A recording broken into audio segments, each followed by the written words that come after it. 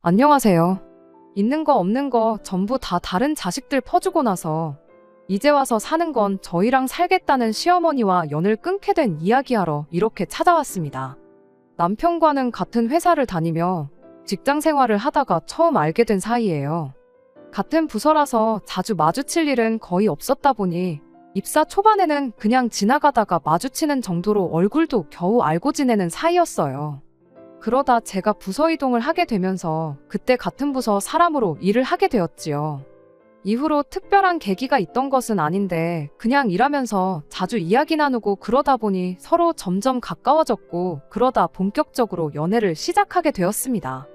이후로 회사에는 저희 두 사람 관계를 딱히 숨기지 않고 공개 연애를 했어요. 사내 연애를 하다 보니 주변 사람들이 결혼은 언제 할 거냐 하는 농담을 자주 하고는 했죠. 그때는 무슨 결혼이냐며 아직 모른다 그런 식으로 받아치곤 했는데 그렇게 연애를 시작한 지 3년이 되니 어느덧 저와 남편은 결혼을 준비하고 있었습니다. 그렇게 직장 동료들의 축복 속에 3년간의 연애를 마치고 재작년 결혼을 했어요. 하지만 그때는 내 결혼 생활이 이렇게 흘러가리라고는 정말 상상도 못했네요. 저는 서울에서 차로 8, 9시간은 걸리는 지방에서 나고 자랐습니다. 친정부모님은 농사를 지으시는데 땅은 2만 평 정도고 여러 작물을 다루십니다. 돈은 제법 되는 걸로 알아서 친정아버지도 농담처럼 회사 다니다 힘들면 때려치고 내려와서 농사나 지어라 하시는데 그럴 때마다 친정어머니는 아주 질색을 하시지요. 저는 저희 부모님 직업을 부끄럽게 생각해 본 적은 한 번도 없습니다. 하지만 서울에 있는 대학에 합격해 상경하게 된 이후로 사람들이 농사에 대해서 저와는 조금 달리 생각하고 있다는 걸 알게 되었어요. 어쩌다 친정부모님이 농사를 짓는다고 하면 하나같이 다들 저희 부모님이 돈은 안 되고 힘든 일을 하신다고 생각하는 눈치더라고요. 저도 뭐 엄청 어려운 상황에 노력해서 자수성가한 사람처럼 대하는 분위기였고요. 처음엔 그런 반응이 속상해서 그런 편견을 바로 잡아주고 싶은 마음에 이렇게 저렇게 구구절절 설명을 하기도 했는데 그런다고 별로 달라지는 것도 없고 언젠가부터는 매번 똑같은 이야기를 수많은 사람들한테 해야 하는 저도 힘들더라고요. 그래서 그 뒤로부터는 그냥 부모님이 뭐 하시냐 물으면 시골에서 조용히 농사 지으면서 지내신다고 대충 이야기하고 이후로 상대가 어떻게 생각을 하건 말건 관심을 두지 않게 되었습니다. 저희 남편의 경우도 서울 토박이는 아니에요. 서울에서 차로 1시간 반 정도 떨어진 곳에서 나고 자랐죠. 그래도 경기권이다 보니 저희 집같이 농촌은 아니고 그냥 작은 읍단위 지역에 사는 평범한 집이었습니다. 아버님 어머님 두 분이 같이 식당을 하셨는데 한때는 TV에도 소개되고 했었을 만큼 인기가 있었던 가게였는가 봐요. 그런데 그 식당을 다른 자식들하고 상의도 없이 몇 년 전 아주버님한테 넘겨주셨답니다. 저희 남편에게는 위로 4살 많은 형과 아래로 2살 어린 저와 동갑인 신우가 있거든요. 그런데 저희 남편과 달리 아주버님이 오랫동안 진로를 정하지 못하고 방황을 했던 모양이에요. 그렇다고 아버님 어머님이 그걸 보고만 계셨던 건 아니고 이거 배운다 하면 돈 대주고 저거 배운다 하면 돈 대주고 그러셨다는데 그럴듯한 결과를 한 번도 낸 적이 없었답니다.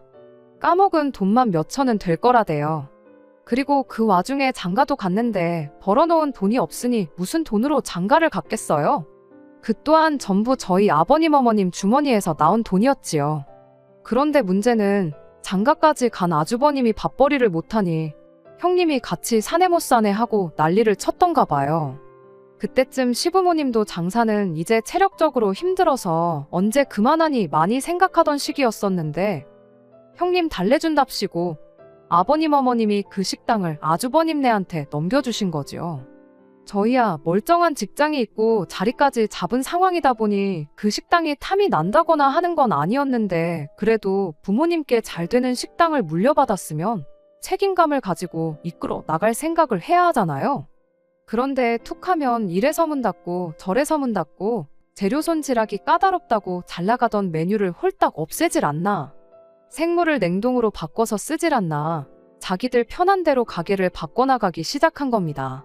시부모님이 하시던 거 그대로 따라해도 한참 모자랄 판에 지들 입맛대로 가게를 손보기 시작하니 가게가 금방 내리막을 걷더래요. 그래도 어머님 아버님이 평생을 두고 하던 가게였더니만큼 애정이 남아있어서 그랬나. 어떻게 또 막판에 당신들 노후 자금 다 끌어다가 대주셔가지고 용케 문은 안 닫게 만들어주셨다는데 가게 문 닫는 꼴을 보기 싫으면 어머님 아버님이 도로 가게를 가져오셨어야지. 그렇게 급한 불만 끈다고 해서 될 게 아니라는 생각밖에 들지 않았지만 그쪽 일은 그쪽 일이다 싶어서 그냥 신경 끄고 있었습니다. 신우도 사는 건 녹록치 않은 모양새였어요. 남편보다 어린 신우였지만 대학 졸업 후 동네 작은 회사에서 일 좀 하다가 바로 시집을 갔거든요.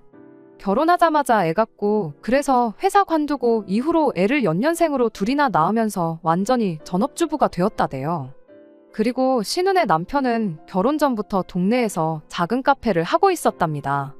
처음엔 그래도 장사가 괜찮았던 모양이에요. 하지만 둘이 결혼하고 나서 2년 정도 지났나 그 즈음에 바로 옆 건물에 대형 프랜차이즈 카페가 들어왔답니다. 거기다 엎친 데 덮친 격으로 거기에 큰 대형 카페가 생기니 다른 저가형 프랜차이즈들도 하나둘씩 들어서기 시작했대요.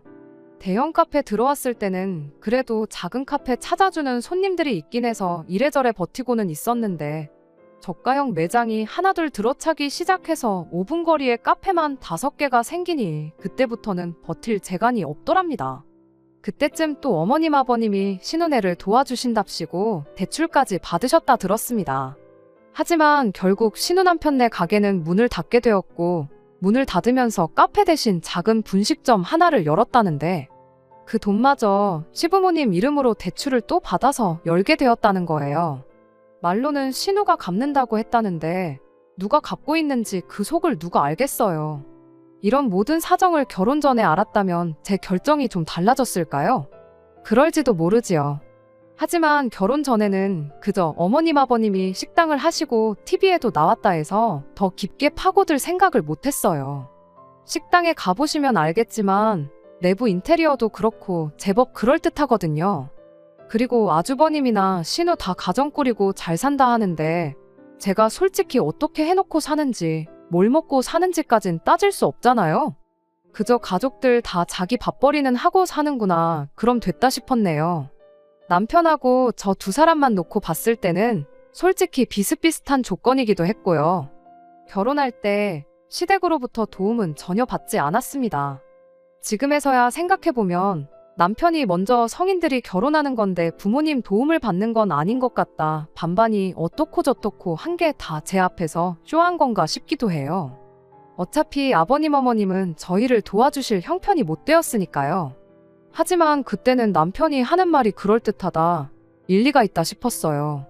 그리고 어쨌든 저희 부모님도 농사로 힘들게 돈을 벌고 계셨으니 저도 손 벌리고 싶지 않았고요. 친정부모님은 그래도 아무것도 안 해가면 시부모님 눈밖에 나지 않겠냐며 예단 비용으로 2천만 원을 주셨는데 솔직히 그 돈은 제가 중간에서 가로챘어요. 가로챘다기보단 원래는 결혼 준비로 바빠서 신혼여행을 다녀온 뒤 친정 부모님하고 다 같이 모이는 자리를 만들어서 전해드릴 생각이었거든요. 어쨌든 저희 부모님이 큰돈 쓰시는 건데 체면 좀 살려드리고 싶었으니까요. 그런데 어머님이 그 복을 당신 발로 차시대요. 저희가 반반 결혼을 하는 걸로 이야기가 된 이후 결혼 준비 자체는 큰 문제 없이 진행되고 있었습니다. 집은 남편과 제가 모아둔 돈을 합치고도 부족해 대출을 받아서 서울에 있는 아파트 전세로 일단 들어갔어요. 집뿐만 아니라 혼수도 그랬지요. 결혼식 비용은 들어온 축의금으로 각자 해결하기로 했고요. 그런데 결혼식 당일날 어머님이 급하게 쓰실 곳이 있다며 축의금을 달라고 하시대요. 결제는 해야 되는데 어머님이 옆에서 계속 축의금 타령을 하시니 정신도 없고 그래서 일단은 알겠다 하고 빌려드렸습니다. 그런데 그런 와중에 축의금까지 그렇게 가져가시곤 시간 지나서 그 돈은 언제 주실 거냐 물으니 그 돈은 당신이 그간 뿌린 돈을 수거한 거나 마찬가지라며 못 준다고 딱 말을 자르더라고요. 솔직히 좀 황당했지요. 시댁 쪽 하객 대부분이 남편 하객이었으니까요. 축의금은 원래 부모님한테 드리는 거다 하는 말이 많아서 저도 되도록이면 이야기를 더 꺼내고 싶지는 않았어요. 그저 그렇게 가져가실 거면 빌려간다고 할 게 아니고 결혼 전에 미리 남편에게 전해놓는다던가 하는 게 맞지 않나 싶었죠. 하지만 무엇보다 가장 황당했던 건 그렇게 가져간 축의금이 알고 보니 아주버님 손으로 들어갔다는 사실이었지요. 나중에서야 알게 된 건데 아주버님이 그때 마침 급하게 식당 일로 돈이 필요했다나요? 말로는 다 가져간 게 아니라 1,000만 원도 안 됐다는데 1,000만 원이고 1,000원이고 돈은 돈이잖아요? 며느리로서 이렇게 말하자니 그렇지만 어머님도 아주버님도 괘씸해서 친정에서 받아온 예단비 2,000만 원을 제가 그냥 중간에서 갚기로 하고 아무것도 안 해드린 거예요. 이후로 솔직히 저나 남편이나 시댁 식구들하고는 뭐 크게 교류가 없었습니다. 일단 시댁하고 물리적인 거리가 크다는 게 가장 큰 이유였지요. 물론 양가 부모님께 똑같이 매달 용돈이나마 필요한데 쓰시라고 30만 원씩 보내드렸고 명절이나 어버이날, 시부모님 생신같이 저희 도리를 해야 하는 날은 챙겼지만요. 하지만 그 외에는 가족 모임이라던가 그런 건 굳이 나서지 않았네요. 그러던 중 아버님이 저희 결혼한 지 2년쯤 되던 해에 폐암 판정을 받으셨어요. 그리고 뭐 제대로 손 써볼 여유도 없이 반년도 채 되지 않아 돌아가셨지요. 장사하면서 그렇게 시간 나면 담배를 피워대더니 인간이 결국 폐암으로 죽었다면서 슬퍼하시는 시어머니를 보니 이때는 뭐 그동안 서운했고 그런 걸 떠나서 저도 그렇고 다들 상심이 컸고요.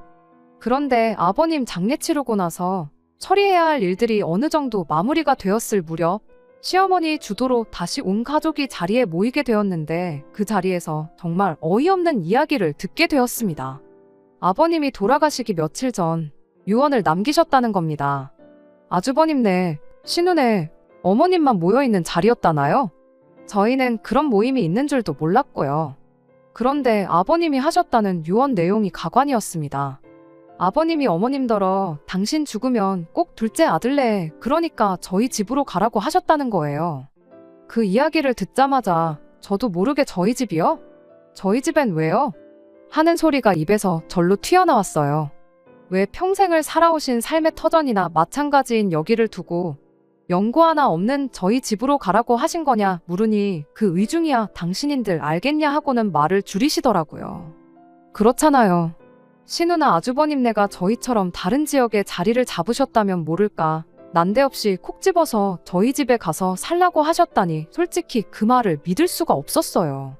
시어머니 생각에는 그동안 시누랑 아주버님네하고 가까이 살았던 만큼 저희들한테 소홀했던 게 마음에 걸렸던 게 아니겠느냐고 하시는데 솔직히 말해서 무슨 말로 포장을 한들 도저히 납득이 가지 않는 소리였습니다. 그 와중에 아주버님이랑 신우가 입을 모아서 그래도 아버지 마지막 말씀인데 자식이면 그 유언을 따르는 게 그림이 좋지 않겠냐며 시어머니가 저희 집에 와서 사는 걸 부추기대요. 아무 말도 나오지 않는 상황에 일단은 남편이 그건 말도 안 되는 소리다 하고 딱 잘라 거절을 해준 덕분에 당장 시어머니가 저희 집에 와서 사는 일은 없게 되었습니다. 그렇게 시아버지가 돌아가시고 나서 1년이 채 되지 않았을 때 일이에요. 시어머니가 언젠가부터 마른 기침이 계속 나오고 속도 미식거리고 두통 때문에 죽겠다면서 툭하면 저희한테 전화를 해서는 그렇게 앓는 소리를 하기 시작했습니다. 아버님이 폐암 판정을 받기 직전에 딱 그런 증상을 보이셨다면서 아무래도 평생을 담배랑 붙어 산 인간 옆에서 지냈다 보니 간접흡연 때문에 당신한테도 무슨 이상이 생긴 거 아니겠느냐 하시는데 그 말을 들으니 또 신경을 안 쓸래야 안 쓸 수가 없었어요. 병원을 다녀와 보시라고 말해도 근처에 사는 두 자식들이 장사를 하는데 걔들이 워낙에 시간 내기 힘든 상황인 건 니들도 알지 않냐면서 은근슬쩍 아주버님하고 신우랑 같이 병원 다녀오기 싫다는 식으로 말을 하시더군요.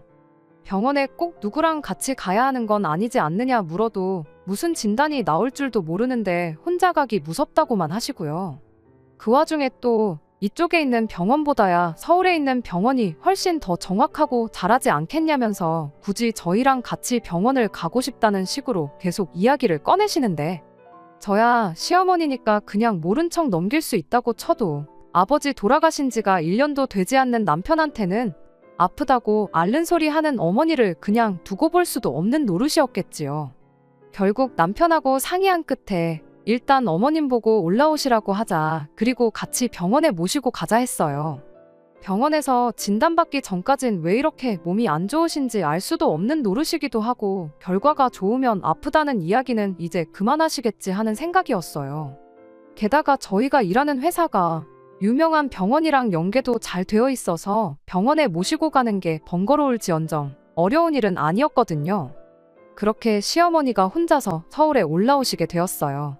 저희 집에서 하루 주무시고 아침 일찍 병원 가서 검사를 받기로 되어 있었는데 하루 주무시고 가실 분 치고는 짐을 많이도 싸우셨더라고요. 며칠이 아니라 몇 주는 계실 사람처럼 말이죠. 남편이 은근슬쩍 검사 받고 어디 뭐 여행이라도 가시느냐고 떠보듯 물어봤는데 시어머니가 도끼눈을 하더니 아픈 사람을 그럼 검사 받자마자 집으로 돌려보낼 생각이냐며 한 소리 하시더군요. 그러더니 기어이 검사 받고 결과 나올 때까지 저희 집에 계시겠다는 소리를 하시대요. 결과가 안 좋으면 또 병원에 가야 하지 않겠냐고. 혼자 기차 타고 오며 가며 하는 것도 못할 짓이라고 하면서 뭐라 하시는 와중에 남편이 그럼 검사 받고 나서 차로 모셔다 드리겠다고 대답을 했어요.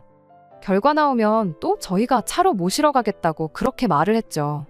그랬더니 시어머니가 잠깐 아무 말도 없으시다가 그럴 필요 없다고 이미 여기서 며칠 지내다 갈 생각으로 짐도 싸운 거니 기어이 저희 집에 머물다 가시겠다고 그렇게 선언을 하셨습니다.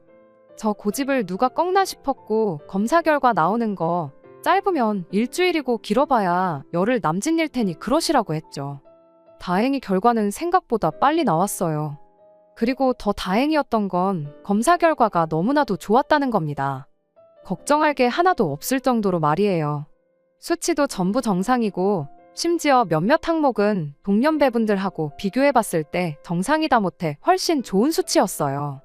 그 정도 결과면 기뻐해야 마땅한 거 아닌가 싶었는데 시어머니는 병원이 돌팔이가 아니냐면서 다른 병원에서 검사를 다시 받아봐야겠다고 우기기 시작했습니다. 온몸이 아프고 좋은 곳이 하나도 없는데 이 결과가 말이나 되냐시면서요. 그렇게 하고 싶으시다는데 원하는 대로 다른 병원도 알아봐드리겠다고 했어요. 다만 예약하고 그러는데 시간이 걸리니 일단은 집에 내려가 계시라고 했죠. 차로 모셔다 드릴 테니 걱정 마시라고 그렇게 한마디 했는데 시어머니는 정말 말 그대로 바닥에 대자로 누우셔가지고는 집에 안 가겠다고 어린애처럼 땡깡을 부리기 시작했어요. 집에 혼자 있으면 너무 외롭고 쓸쓸하시다고 없는 병도 생길 지경이라면서 가기 싫으시다네요. 저희 집에 며칠만 더 있게 해달라고 말 그대로 떼를 쓰시더라니까요. 아버님 떠나시고 얼마나 외로우시면 저러시나 싶어서 매몰차게 할 수가 없더라고요. 다른 것보다 이러지도 저러지도 못하고 있는 남편을 보고 있자니 안쓰러워서 그래서 일단 며칠 더 계시라 했어요. 이땐 남편도 무척 저에게 미안해했고요. 그런데 어머님이 계시니까 신경 써야 할 게 한두 개가 아니더군요. 먹는 것부터가 문제였지요. 저나 남편은 아침엔 입맛도 없고 해서 커피 한 잔만 마시고 점심은 회사에서 먹고 저녁도 보통 만나서 밖에서 먹고 들어오거나 그랬거든요. 그런데 어머님이 집에 계시니까 저희 원래 지내던 방식으로 지낼 수가 없어서 어쩔 수 없이 반찬을 하기 시작했어요. 사정을 들으신 친정어머니가도 좀 보내주셨고요. 맞벌이하는 와중에 반찬하는 것도 힘들고 친정어머니께도 죄송하고 반찬을 사다 먹는 것도 생각해봤는데 어머님께서 음식에 좀 예민하셔서 바깥 음식은 안 좋아하시거든요. 당신이 해드시면 좋겠는데 알아서 해드시면 모를까 며느리 입장에서 당신 손으로 만들어 드시라 할 수도 없고 여러 가지로 어려운 상황이었네요. 결국 지인의 도움으로 또 다른 병원을 예약하게 되었어요. 검사 후 결과 나오는 데까지 또 열흘이 걸렸고 여기 오셔서 잘 먹고 잘 드셔서 그런 건지는 모르겠는데 미약한 차이이긴 하지만 오히려 결과가 먼저 받은 결과보다도 훨씬 더 좋았습니다. 이젠 진짜로 집에 모셔다 드리겠다고 했는데 시어머니는 끝까지 집에 갈 생각은 안 하시고 하루만 더 있겠다. 이젠 진짜 하루만 더 있겠다 하시면서 그렇게 2달을 더 버티셨어요. 그때쯤부터는 저도 이러다간 진짜 모시고 살게 되겠다 싶어 아무 말도 하지 않을 수가 없더라고요. 그러다 결국 기어코 저를 폭발하게 만든 사건이 하나 일어났어요. 사건이 있기 며칠 전 제가 친정어머니께 더는 음식을 보내지 마시라 했어요. 먹고 싶으면 제가 이야기를 할 테니 괜히 밑반찬해서 보내지 마시라고요. 처음에야 어머님 드시는 게 신경 쓰여서 어쩔 수 없이 친정어머니 도움도 받았지만 한 달이 넘어갈 때부턴 어머님 때문에 친정어머니 고생시키는 게 말이 되나 싶었거든요. 그리고 그러나 중에 어머님이 언젠가부터 친정어머니가 보내주시는 반찬을 가지고 투정을 하시대요. 너희 어머니는 맨날 똑같은 거밖에 못하냐면서. 그런 소리 듣고 좋다 할 며느리가 세상 천지 어디 있겠어요. 그래서 친정어머니한테 더는 보내지 마시라 한 거예요.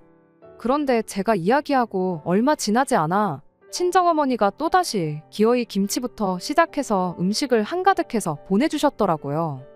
그리고 선물 들어온 거라며 보리굴비에 한우에 직접 농사 지으신 나물에 이것저것 잔뜩 챙겨서요. 택배가 금요일 낮에 도착했다고 연락이 왔고 냉장고에 넣어야 할 것도 있었으니 어머님더러 받아서 냉장고에 좀 넣어달라 했습니다. 지난번엔 홧김에 이제 보내지 마시라 했지만 또 막상 친정어머니가 보내주신 반찬이 냉장고에서 저를 기다리고 있을 걸 생각하니 빨리 퇴근해서 밥 먹고 싶단 생각밖에 안 들대요. 그렇게 들뜬 마음으로 집에 돌아왔습니다.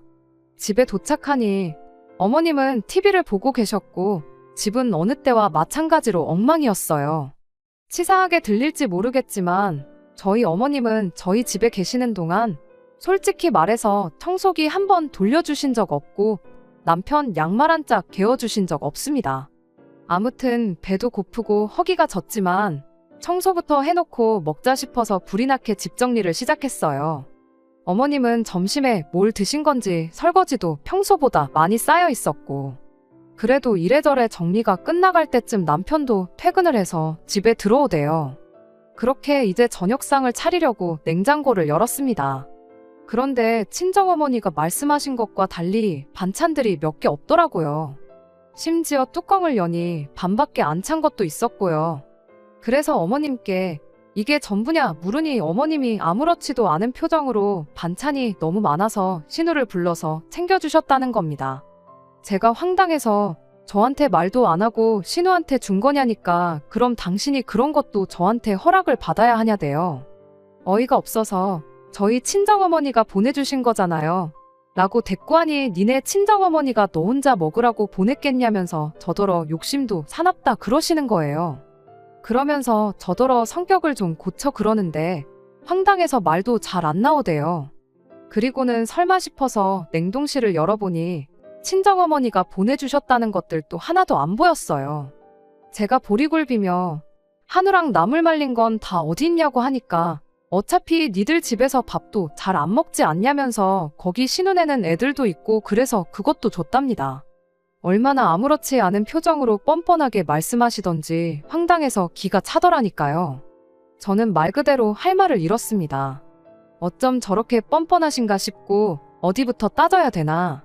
화가 나서 머리가 안 돌아가는 느낌이었달까요? 그런데 그때 모든 상황을 지켜보고 있던 남편이 재산은 형한테 다 퍼주고 이제 퍼줄 게 없으니 우리 집 냉장고를 신우한테 퍼주냐면서 도대체 나한테는 뭘 해주려고 이러는 거냐고 빈정대기 시작했어요. 그러자 어머님께서 당신 사는 집 거기 보증금 빼서 저희 주신답니다. 저는 솔직히 그때까지 그 집은 그래도 어머님 아버님 명의로 돼 있는 줄 알았는데 반전세라는 사실을 알고 깜짝 놀랐어요. 그러자 남편이 그까짓 거 보증금 뭐 2천이나 되냐 3천이나 되냐 짜증을 내더니 그 돈 받고 독박 쓸 일 있냐면서 대뜸 어머님더러 집에 가게 짐 챙기라 그러대요. 그런데 어머님이 집 싫다 안 간다 하시니까 그러면 신혼에 데려다 준다고 빨리 옷 입으라고 윽박을 질렀어요. 저는 남편이 그 정도로 세게 나올 줄은 몰랐고 못 간다 버티시는 어머님을 보니 마음이 좋지가 않더군요. 그렇지만 남편을 말리거나 나서고 싶지는 않대요. 저도 저대로 어머님께 서운하고 맺힌 게 있었으니까요. 어머님이 이런 법이 어딨냐. 네 아버지 유언 못 들었냐. 어떻게 네가 나를 내쫓냐며 못 간다고 버티시는데. 이게 다 무슨 꼴인가 싶고 한숨만 나오더군요. 그래도 결국엔 남편이 어머님을 끌고 나갔습니다. 그리고 베란다에서 내려다보니 남편이 기어이 어머님을 차에 태우더라고요. 그리고 곧이어 남편이 전화로 저한테 어머님 짐 가지고 내려오래요. 전 그때 남편이 시키는 대로만 움직였어요. 그렇게 어머님 짐을 챙겨서 1층으로 내려가니 남편은 운전대를 잡고 씩씩거리고 있고 어머님은 흐느끼고 계셨습니다. 당신이 뭘 그렇게 잘못한 거냐며. 너네는 여유있게 살지 않냐? 아주버님네하고 신우네는 그게 안 되니까 좀 도와준 건데 그걸 이해를 못하냐면서. 하지만 제가 보아하니 반찬을 준 게 문제가 아니라 그간 남편 가슴에 맺힌 게 있던 게 그렇게 터져나온 게 아닌가 싶어요. 그러니 더욱이 제가 끼어들 수도 끼어들고 싶지도 않았네요. 그리고 남편과 함께 차에 올라탔고 그 길로 신우네 집으로 향했습니다. 신우네 집 앞에 도착해 신우를 불러냈고 그대로 어머님을 내려드렸지요. 신우가 어머님을 보더니 놀라면서도 난처한 얼굴로 지금 이게 무슨 일이냐고 저희에게 묻길래 어머님한테 직접 여쭤보라 했네요. 그러니까 신우가 대뜸 지금 반찬 몇 개 가져가서 이러는 거냐며 신경질을 내는 게 아니겠어요? 그러자 남편이 반찬 몇 개? 어머니야 그렇다 쳐도 너는 그러면 하다못해 잘 먹겠다 연락이라도 하는 게 예의 아니냐면서 싸가지가 없다고 욕 비슷하게 뭐라 했지요. 그런데 웃긴 건 알고 보니 신우가 진짜 저럴 법도 한 게 거의 2시간 거리 저희 집까지 와서 받아간 게 반찬 조금밖에 없었던 거예요. 그냥 시어머니 잘 지내시나 궁금해서 왔다 간 거지 반찬 조금 얻어간 거 그거 기름값도 안 나온다면서 따지고 들더라고요. 그래서 친정어머니가 보내주셨다는 한우랑 보리굴비 같이 조금 비싼 것들의 행방을 물었는데 신우가 그건 또 뭔 소리냐며 금시초문인 반응이었어요. 알고 보니 그 와중에 시어머니는 신우 오기 전에 아주버님 먼저 불러내서 그 집에 따로 챙겨줬던 겁니다. 그러니까 또 신우는 신우대로 시어머니한테 섭섭하다고 난리를 치더라고요. 그러더니 저희한테 그렇게 한마디 하대요. 엄마가 우리보다는 큰오빠를 더 우선시하시는 것 같은데 우리 집 말고 그 집에 모셔다 드리라고요. 그러면서 시아버지가 돌아가실 때 남기고 간 유언 그거 다 뻥이라고 그런 말 하셨던 적 없다는 사실을 저희한테 말해왔어요. 큰오빠네나 자기 집이나 모실 형편도 안 되고 엄마가 우리한테 더 해줄 수 있는 것도 없는 것 같고 그래서 자기랑 아주버님이 둘이 짜고 그렇게 말했던 거라네요. 시어머니는 시어머니대로 형편 어려운 두 자식보다 저희 집에 들어가는 게 더 낫겠다 싶어서 대놓고 고려장을 시도하는 두 자식들 뜻에 따라 저희 집으로 가기로 정했던 거라고요. 이미 이야기 다 끝난 거나 마찬가지인 상황인데 신우랑 더 실갱이할 게 뭐 있나 싶었어요. 신우의 자백이 반찬값 정도는 하는 것 같아서 신우한테 다른 건 더 따져묻지 않고 그 길로 저희는 차를 돌려 아주버님 가게로 향했습니다. 남편 어릴 적에는 그래도 줄도 서서 먹는 그런 가게였다는데 저희가 갔더니 손님 하나 없고 아주버님이랑 형님 두 분 말고는 아무도 없었어요. 그 와중에 고기도 안 파는 가게에 고기 냄새가 가득한 게 저희 집에서 가져간 한우를 그새 구워 먹었나 보더라고요. 아주버님 입 근처에 기름이 번들번들해서는 당장 우리 두 사람 입에 풀칠하기도 힘든데 어머니까지 모실 여력이 안 된다면서 모시고 살 생각 없다고 딱 잘라 말하는데 참 재수 없다는 말 말고는 달리 표현할 말이 없었습니다. 남편은 아주버님한테 여태까지 받아쳐먹은 게 있으면 한 번은 자식 노릇 좀 하라고 단호하게 한마디 하고는 신혼에서 했던 것처럼 실갱이 할 필요도 없이 그 길로 시어머니 짐이랑 어머님 내려다 드리고 그대로 차를 출발해서 집으로 돌아왔어요. 그 뒤로 며칠 내내 신우랑 아주버님이랑 번갈아 가면서 나는 못 모시네, 나도 못 모시네 하면서 한참 난리통이었지만 남편이 워낙에 단호하게 나오니 두 사람도 이내 포기했는지 언젠가부터는 연락이 더 이상 오질 않네요. 솔직히 저도 그렇고 남편도 그렇고 마음이 후련하고 그런 건 아니에요. 그런데 뭐 남편이 먼저 다 필요 없다, 사람 대접해주는 처가에 더 잘하고 살겠다 하니 저로서는 거절할 이유도 싫다 할 필요도 없잖아요. 시어머니는 결국 혼자 지내시게 되었어요.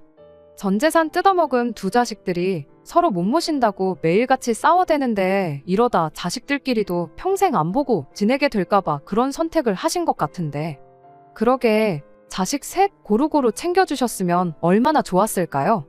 아니면 아예 다들 각자 도생하게 내버려 두시던가.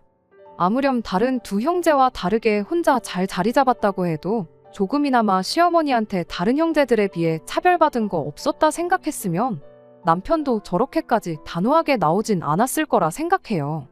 시어머니 모시고 살고 싶지는 않지만 남편이 그동안 받은 게 있으니 그냥 두고 볼 수 없다고 나오면 저도 어쩔 수 없이 남편 뜻에 따랐을 거라는 생각도 들고요.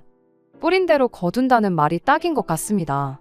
새싹 하나 띄우기도 척박한 곳에만 열심히 씨를 뿌려대셨으니 시어머니가 그 열매를 수확하는 일은 아마 없을 것 같네요. 끝까지 들어주셔서 감사합니다. 오늘의 사연은 여기까지입니다. 구독과 좋아요, 알람 설정 부탁드리고 더 좋은 사연으로 다시 찾아뵙겠습니다. 감사합니다.